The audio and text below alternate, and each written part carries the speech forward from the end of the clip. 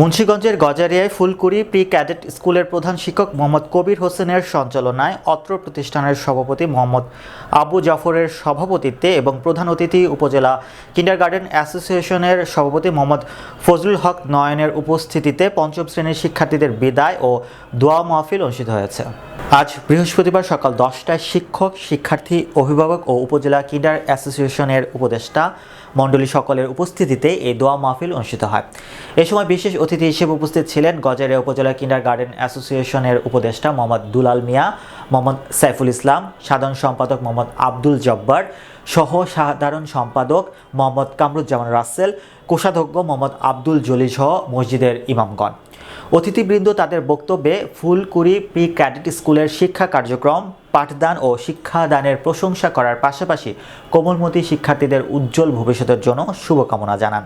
বক্তব্য শেষে বিদায়ী শিক্ষার্থীদের শিক্ষা উপকরণ বিতরণ করে। সর্বশেষ দোয়া ও মাহফিলের মধ্য দিয়ে অনুষ্ঠানের কার্যক্রম পরিসমাপ্তি হয়। উল্লেখ্য, এই শিক্ষা প্রতিষ্ঠান থেকে 31 জন পঞ্চম শ্রেণীর শিক্ষার্থীকে তাদের অধ্যয়ন শেষে বিদায় জানানো হয়। আপনারা আমাদের নিজ গুণে ক্ষমাবে অপরাধী অপরাধ